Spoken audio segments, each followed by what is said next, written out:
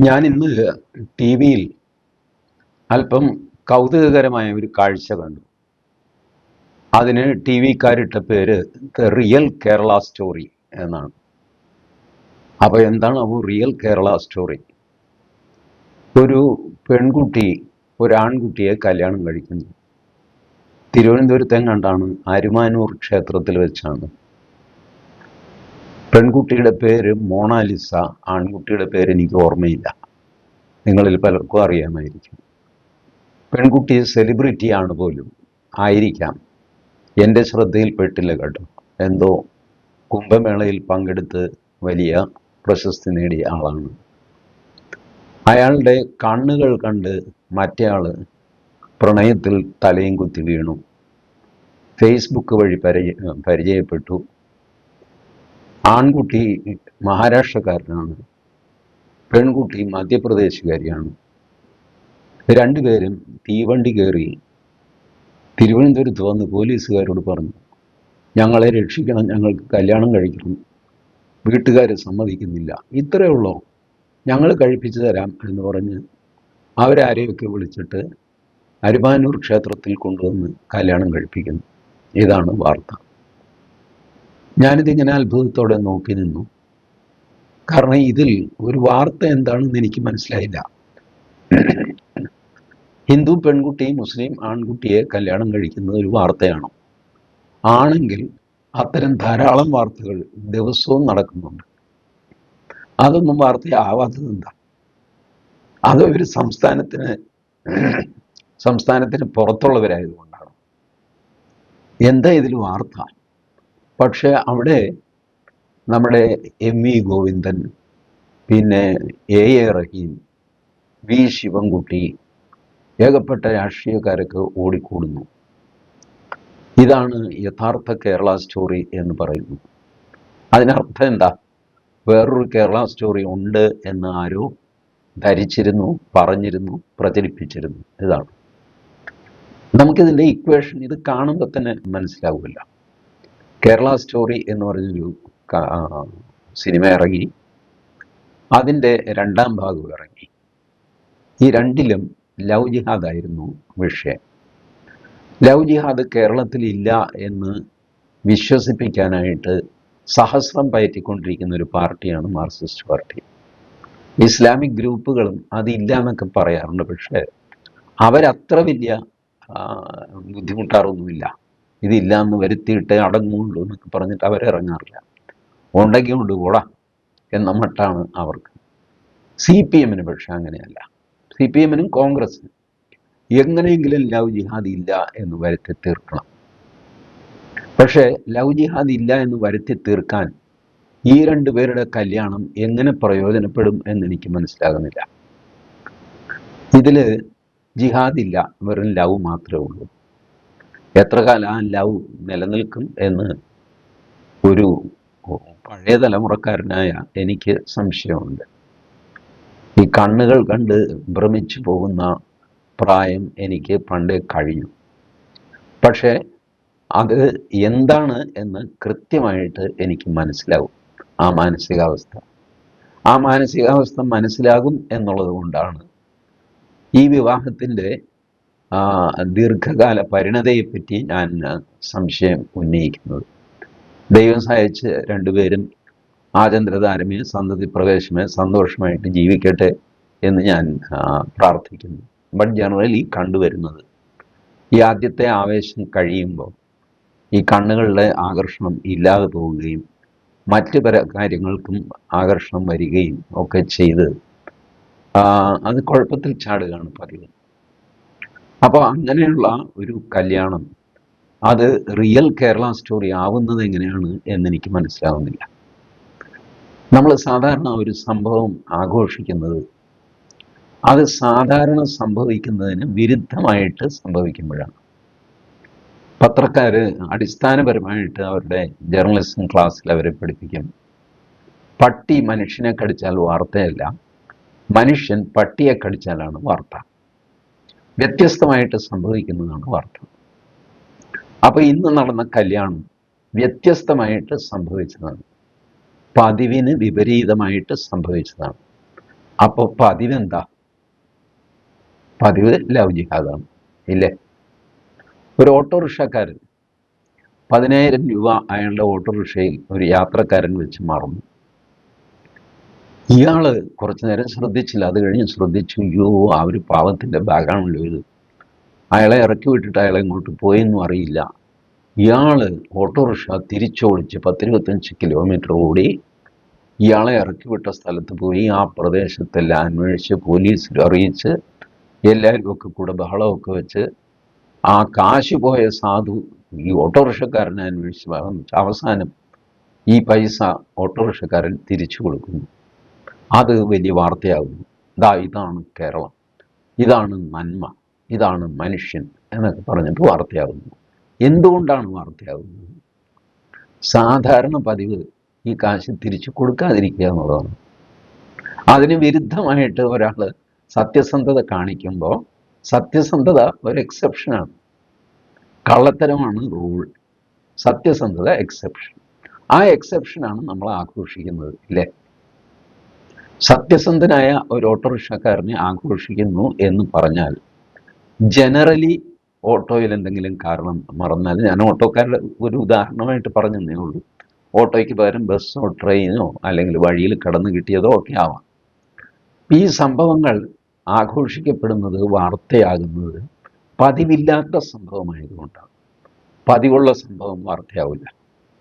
ഇങ്ങനെയാണ് ലവ് ജിഹാദ് വാർത്തയല്ലാതെയാകുന്നത്. ജിഹാദില്ലാത്ത love വാർത്തയായത്. ജിഹാദില്ലാത്ത love ആണ് Kerala story, real Kerala story എന്നവർ പറയുന്നു. അത് പറയുമ്പോൾ അവർ എത്ര കണ്ട് CPM എത്ര കണ്ട് ഡിഫെൻസീവിലായിരുന്നു എന്നാലോചിക്കുക ഈ ലവ് ജിഹാദ് പ്രശ്നത്തിൽ. അതുകൊണ്ടാണ് കയ്യിൽ കിട്ടിയ ഒരു കല്യാണം എടുത്തങ്ങ് ആഘോഷിച്ച് സംസ്ഥാന സെക്രട്ടറിയൊക്കെ വന്ന് ആടിപ്പൊളി. മനോരമ ചാനലിൽ റിപ്പോർട്ട് ചെയ്യുന്നവരുടെ സന്തോഷം കാണണമായിരുന്നു. കാരണം ഒരു ലവ് ജിഹാദ് കഥ പൊളിയുന്നു. എത്ര ലവ് ജിഹാദ് കഥയ്ക്ക് ശേഷമാണ് ഇങ്ങനൊരു കഥ നിങ്ങൾക്ക് കിട്ടുന്നത്? അത്യപൂർവമായിട്ട് കിട്ടുന്നതുകൊണ്ടാണല്ലോ ഇത് ആഘോഷിച്ചത്, അല്ലെങ്കിൽ ഇത് ആഘോഷിക്കുകയില്ല. ഈ ആഘോഷം കൊണ്ട് ഇതിനു മുമ്പ് നടന്ന ലവ് ജിഹാദ് ഇല്ലാതെയാകുമോ? 2009 കേരള ഹൈക്കോടതിയിൽ ജസ്റ്റിസ് KT ശങ്കരൻ്റെ വിധി ഈ ഒരു സംഭവം കൊണ്ട് ഇല്ലാതെയാകുമോ, റദ്ദാകുമോ? ഇല്ലല്ലോ. ആ സംഭവം നടന്നതാണ്, കോടതി പോലീസ് പിടിച്ചതാണ്, കോടതി ഇടപെട്ടതാണ്. ആ കോടതി വിധിയിലാണ് ലവ് ജിഹാദ് ഉണ്ടെന്നും ഈ ലവ് ജിഹാദ് എന്നുള്ള വാക്ക് ഒരു ബോർഡ് വെച്ച് ഒരു പ്രസ്ഥാനം ആരും നടത്തുന്നില്ല. അതാണ് ഇവരുടെ അടുത്ത നമ്പർ. സുപ്രീം കോടതി ചോദിച്ചു ലവ് ജിഹാദ് ഉണ്ടോ? ഇല്ല സാർ എന്ന് പറഞ്ഞു. പാർലമെന്റിൽ ബെന്നി ബെഹനാൻ ചോദ്യമായിട്ട് ഉന്നയിച്ചു. ആഭ്യന്തര സഹമന്ത്രി പറഞ്ഞു ഇല്ല, ലവ് ജിഹാദ് ഉള്ളതായിട്ട് ഞങ്ങൾക്കറിയില്ല. പക്ഷേ ആ സ്വഭാവമുള്ള ഒരു 4 കേസുകൾ സുപ്രീം കോടതിയിൽ ഉണ്ട് എന്നും പറഞ്ഞു. അപ്പോൾ ലവ് ജിഹാദ് എന്ന് പറഞ്ഞ് ബോർഡ് എഴുതി ഒരു പ്രസ്ഥാനം നടക്കുന്നില്ല. ഇപ്പം നിങ്ങൾ കേരള അസംബ്ലിയിൽ, ഇത് ആര് ചോദിക്കുമെന്ന് എനിക്കറിയില്ല, കേരള അസംബ്ലിയിൽ നിങ്ങൾ ചോദിക്കുക കേരളത്തിൽ ക്വാറി മാഫിയ ഉണ്ടോ? ആഭ്യന്തരമന്ത്രി പറയും ഇല്ല. കേരളത്തിൽ വനം മാഫിയ ഉണ്ടോ? ഇല്ല. ഭൂമാഫിയ ഉണ്ടോ? ഇല്ല. ഫ്ലാറ്റ് മാഫിയ ഉണ്ടോ? ഇല്ല. ലിക്കർ മാഫിയ ഉണ്ടോ? ഇല്ല. ഡ്രഗ്സ് മാഫിയ ഉണ്ടോ? ഇല്ല. കാരണം അങ്ങനെ ഒരു ബോർഡ് വെച്ച് ഒരു പ്രസ്ഥാനം ഇന്നും നടക്കുന്നില്ല. എന്നാൽ ഡ്രഗ്സിൻ്റെ കച്ചവടം നടക്കുന്നില്ലേ? ഉണ്ട്. നിങ്ങൾ ആഭ്യന്തരമന്ത്രിയോട് ചോദിക്കുക മയക്കുമരുന്ന് കച്ചവടം സംസ്ഥാനത്തുണ്ടോ? ഉണ്ട്. അത് പിടിക്കപ്പെടുന്നുണ്ട്. കഴിഞ്ഞ മാസം ഇത്ര പിടിച്ചു, അതിന് മുമ്പത്തെ മാസം ഇത്ര പിടിച്ചു, കണക്ക് വരും. ക്വാറി മാഫിയ ഉണ്ടോ? ഇല്ല എന്ന് പറയും. കാരണം ഇല്ലല്ലോ. ക്വാറി മാഫിയ ഇവിടെ പാറ തുറന്ന് കൊടുക്കപ്പെടും, ലൈസൻസും പണ്ടാരവും ഒന്നുമില്ലാതെ പാറ തുറന്ന് കൊടുക്കപ്പെടും. സമീപിക്കുക 9449999999. ഇങ്ങനെ ഒരു ഫോൺ നമ്പറും വെച്ച് ആരെങ്കിലും ഈ കച്ചവടം നടത്തുന്നുണ്ടോ? ഇല്ല. ബട്ട് നിങ്ങൾ ചോദിക്കുക അനധികൃത ക്വാറികൾ സംസ്ഥാനത്തുണ്ടോ? ഉണ്ട്. 54 എണ്ണം കഴിഞ്ഞ മാസം കണ്ടുപിടിച്ചിരുന്നു, അത് പൂട്ടിച്ചു. അപ്പൊ സംസ്ഥാനത്ത് ക്വാറി മാഫിയ ഉണ്ടോ? ഉണ്ട്. പക്ഷെ ക്വാറി മാഫിയ എന്നുള്ള പേരിൽ അത് നടക്കുന്നില്ല. ഈ വാക്കുകൾ കൊണ്ട് ഉള്ള കളിയിൽ എത്ര കാലം CPM പിഴച്ചു നിൽക്കും? CPM എന്തിനാണ് ഈ ലവ് ജിഹാദിനെ ന്യായീകരിക്കാനും അതില്ല എന്ന് വരുത്താനും നടക്കുന്നതെന്ന് എനിക്ക് മനസ്സിലാകുന്നില്ല.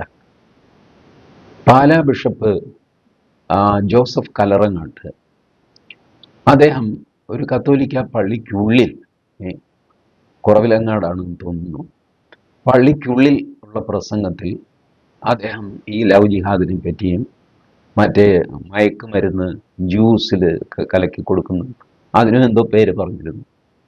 ആ പ്രസംഗത്തിൻ്റെ പേരിൽ പാലാ ബിഷപ്പിൻ്റെ പേരിൽ FIR ഇപ്പോഴും നിലനിൽക്കുന്നുണ്ട്. എന്ത് കേസിനാണ്, എന്താണ് അതിൽ കേസെന്ന് എനിക്ക് മനസ്സിലായില്ല. ഒരാള് അയാളുടെ അനുയായികളോട് പറയുന്നു, ദേ ഇങ്ങനെയൊക്കെ കുഴപ്പമുണ്ട് കേട്ടോ, സൂക്ഷിക്കണം എന്ന് പറയുന്നു. അതിൽ തെറ്റെന്താ? അങ്ങനെ ഒരു കുഴപ്പം ഇല്ല എന്ന് വെച്ചോ, ഇല്ലെങ്കിൽ ആശ്വാസം, ഇത്രയല്ലേ ഉള്ളൂ. ഇപ്പൊ പാലാ ബിഷപ്പിനോട് പറയുക, തിരുമേനി ഈ ലവ് ജിഹാദ് അത് ഇതൊന്നും ഇല്ല, അതുകൊണ്ട് തിരുമേനി പറഞ്ഞത് തെറ്റാണ്. ഓ അങ്ങനെയാണോ, ശരി, കഴിഞ്ഞു. ഇത് കവിഞ്ഞ് ക്രിമിനൽ കേസ് ഉണ്ടായതിൽ. പക്ഷെ ക്രിമിനൽ കേസ് എടുത്തു പിണറായി വിജയൻ്റെ വിഖ്യാതമായ വകുപ്പ് ഇപ്പൊ BNS ആണ്. പക്ഷെ നേരത്തെ IPC 153A. അത് ആരുടെയൊക്കെ പേരിലുണ്ടെന്നറിയാമോ? വെള്ളാപ്പള്ളി നടേശൻ്റെ പേരിലുണ്ട്. വെള്ളാപ്പള്ളി നടേശൻ ഇപ്പോൾ പിണറായി വിജയൻ്റെ കാറിൽ കയറി നടക്കുന്നു, പക്ഷെ നടേശൻ്റെ പേരിലുള്ള FIR അവിടെ തന്നെ ഉണ്ട്. എപ്പോഴാണ് ഭാവം മാറിയിട്ട് നടേശനെ പുള്ളി അറസ്റ്റ് ചെയ്യുന്നതെന്ന് പറയാൻ പറ്റില്ല. FIR ക്യാൻസൽ ചെയ്തിട്ടില്ല, ക്വാഷ് ചെയ്തിട്ടില്ല. കുമ്മനരാജൻ്റെ പേരിലുണ്ട് 153A. വായിൽ വിരലിട്ടാൽ കടിക്കാത്ത കക്ഷിയാണ്, പക്ഷെ കേസുണ്ട്. അപ്പൊ ഇങ്ങനെ ഒരു കേസും ഇല്ലാത്ത സ്ഥലത്ത് കേസുണ്ടാക്കി ആ ബിഷപ്പിനെ കുരുക്കി വെച്ചിരിക്കുകയാണ്. കല്ലറങ്ങാട്ടിൻ്റെ തലയ്ക്ക് മുകളിൽ ഡെമോക്ലീസിൻ്റെ വാള് പോലെ ഒരു FIR തൂങ്ങിക്കിടക്കുന്നു. ആർക്കും ഒരു വിഷമവുമില്ല. ക്രൈസ്തവ സഭ പ്രതിഷേധിക്കാൻ പോലും മറന്നിരിക്കുന്നു. എന്തൊരു കഷ്ടമാണ്. ഇന്നിപ്പോ ആ FIR-നെ പറ്റി ആരും ആലോചിക്കാറില്ല. കത്തോലിക്ക സഭയുടെ സിനഡ് കൂടിയിട്ട് പ്രമേയം പാസ്സാക്കിയതാണ് ലവ് ജിഹാദ് ഉണ്ട്, അൽമായരിതിൽ ശ്രദ്ധിക്കണം എന്ന് പറഞ്ഞിട്ട്. പക്ഷെ അതിന് പിന്നീട് സിനഡ് തന്നെ തള്ളിപ്പറഞ്ഞു, വീണ്ടും അത് മാറ്റി പറഞ്ഞു. ഇങ്ങനെയൊക്കെ സംഭവിക്കുന്നു. സിനഡിനൊരു ഡബിൾ മൈൻഡാണ് ഇതിലുള്ളത്, ലവ് ജിഹാദിന്. അതേസമയം ഇതുണ്ട് എന്ന് ശക്തമായിട്ട് വാദിക്കുകയും ഇതെല്ലാം പെട്ടുപോവുകയും ഒക്കെ ചെയ്ത ക്രിസ്ത്യാനികളുമുണ്ട്. അവരുടെ അനൗദ്യോഗിക സംഘടനയാണ് കാസയെ സഭ അംഗീകരിക്കുന്നില്ല, പക്ഷേ അതൊരു സംഘടനയാണ്. സബ്സ്റ്റാൻഷ്യൽ കാത്തലിക്സ് ആ സംഘടനയിലുണ്ട്. ഇതൊക്കെ നാളെ വലിയ തലവേദനയായിട്ട് വരും. നിങ്ങൾക്ക് സത്യം ഇതുപോലത്തെ മായാജാലം കൊണ്ട് മറച്ചു വയ്ക്കാൻ സാധ്യമല്ല. സത്യം മോസ്റ്റ് ഇനപ്പോർച്യൂൺ മൊമെൻറ്റിൽ തലപൊക്കും. നിങ്ങൾക്ക് ഏറ്റവും അസൗകര്യമുള്ള സമയത്തായിരിക്കും സത്യം തലപൊക്കുന്നത്. നിങ്ങൾക്ക് നാല് പാട് നിന്നും നിങ്ങൾ ബുദ്ധിമുട്ട് അനുഭവിക്കുമ്പോഴായിരിക്കും 20 കൊല്ലം മുമ്പ് നിങ്ങൾ ചെയ്തൊരു മഹാപാപം നിങ്ങളെ തേടി വരുന്നത്. അതൊരു കാളസർപ്പം പോലെ നിങ്ങളുടെ മുന്നിൽ വരും. നിങ്ങൾക്ക് മുന്നോട്ടോ പിന്നോട്ടോ മറിയാൻ ചെരിയാൻ സമയം തരാതെ അത് നിങ്ങളെ ദംശിക്കും. ഇതാണ് ഈ സോഷ്യൽ പ്രതിഭാസങ്ങളുടെ സ്വഭാവം. അത് സമൂഹത്തിൽ എപ്പോഴായിരിക്കും ഒരു വലിയ വെല്ലുവിളി പോലെ, ഒരു പൊട്ടിത്തെറി പോലെ, ഒരു ചോദ്യചിഹ്നം പോലെ ഉയരുന്നത് എന്ന് നമുക്ക് പറയാൻ പറ്റില്ല. അത് ഇല്ലാതാക്കാൻ ചെയ്യേണ്ടത് അതുണ്ട് എന്ന് സമ്മതിച്ചിട്ട് അത് ഇല്ലാതാക്കാനുള്ള ജോലികൾ ചെയ്യണം. അല്ലാതെ ഇല്ല എന്ന് പറഞ്ഞ് അത് മറയ്ക്കുന്നത് ഒരിക്കലും ഗുണകരമല്ല. ദുഷ്ടുകിടക്കെ വരക്കപ്പെട്ട വ്രണം എന്ന് കേരളകൗമുദിയിൽ ഒരു എഡിറ്റോറിയൽ MS മണി എന്ന പ്രഗത്ഭനായ അന്നത്തെ പത്രാധിപർ എഴുതിയിരുന്നു. അല്പം നീണ്ട തലക്കെട്ടാണ്, പക്ഷേ ആ അർത്ഥം വരണമെങ്കിൽ ചെറിയ തലക്കെട്ട് പോരാ എന്ന് അദ്ദേഹത്തിന് തോന്നിക്കാണും. ദുഷ്ടുകിടക്കെ വരക്കപ്പെട്ട വ്രണം, അതായത് പഴുപ്പ് പോകാതെ അതിന് മുകളിൽ മരുന്ന് വെച്ച് കെട്ടി അതിനൊരു അടപ്പ് പോലെ ആക്കിയിട്ട് കൊണ്ടു നടക്കുക. പിന്നെ ഈ മരുന്ന് മാറ്റിക്കഴിഞ്ഞാലും ഈ തൊലി കൊണ്ടുള്ള അടപ്പുള്ളത് കൊണ്ട് അത് അടഞ്ഞിരിക്കും 4-5 ദിവസം. പിന്നെ മെല്ലെ അത് പഴുക്കാൻ തുടങ്ങും. പഴയതിലും വലിയ പരുവായിട്ടോ കുരുവായിട്ടോ അത് പൊട്ടും. അതുകൊണ്ട് കുരു കണ്ടുപിടിച്ച് അത് പൊട്ടിച്ച് അതിനകത്തെ പഴുപ്പ് മുഴുവൻ കളഞ്ഞ് വൃത്തിയാക്കിയിട്ട് ഡ്രസ്സ് ചെയ്താൽ മാത്രമേ അത് ഇല്ലാതെയാകുള്ളൂ. ഇതൊക്കെ സാമാന്യ ബുദ്ധിക്ക് എല്ലാവർക്കും അറിയാവുന്ന കാര്യമാണ്. പക്ഷേ മാർക്സിസ്റ്റ് പാർട്ടിയും സാമാന്യ ബുദ്ധിയും തമ്മിൽ ഒരു ബന്ധവുമില്ലാത്ത കാലമാണ്. അതുകൊണ്ട് അവർ ചെയ്യുന്നത് എന്താണെന്ന് അവരറിയുന്നില്ല. അവരുടെ വിചാരം ലവ് ജിഹാദിനെ ഈ ഇന്നത്തെ കല്യാണം കൊണ്ട് തോൽപ്പിക്കാമെന്നാണ്. ഈ സിമ്പിൾ ലോജിക്ക് മതി ഇന്നത്തെ കല്യാണം അവരുടെ തോൽവിയാണ് കാണിക്കുന്നത്. അതാണ് ഞാൻ പറഞ്ഞത്, എക്സെപ്ഷണലായിട്ട് സംഭവിക്കുന്നതാണ് നമ്മൾ ആഘോഷിക്കുന്നത്, ഔട്ട്സ്റ്റാൻഡിംഗ് ആയിട്ട് സംഭവിക്കുന്നത് നമ്മൾ ആഘോഷിക്കുന്നു. മനുഷ്യൻ പട്ടിയെ കടിച്ചാൽ നമ്മൾ വാർത്തയാക്കുന്നു. ഇപ്പം മനുഷ്യൻ പട്ടിയെ കടിച്ച് വാർത്തയാക്കി എന്ന് പറഞ്ഞാൽ തന്നെ അതിനർത്ഥം അതിനു മുമ്പും അതിന് ശേഷവും നടന്ന സംഭവങ്ങളിലെല്ലാം പട്ടി മനുഷ്യനെയാണ് കടിച്ചിരിക്കുന്നത് എന്നാണ്.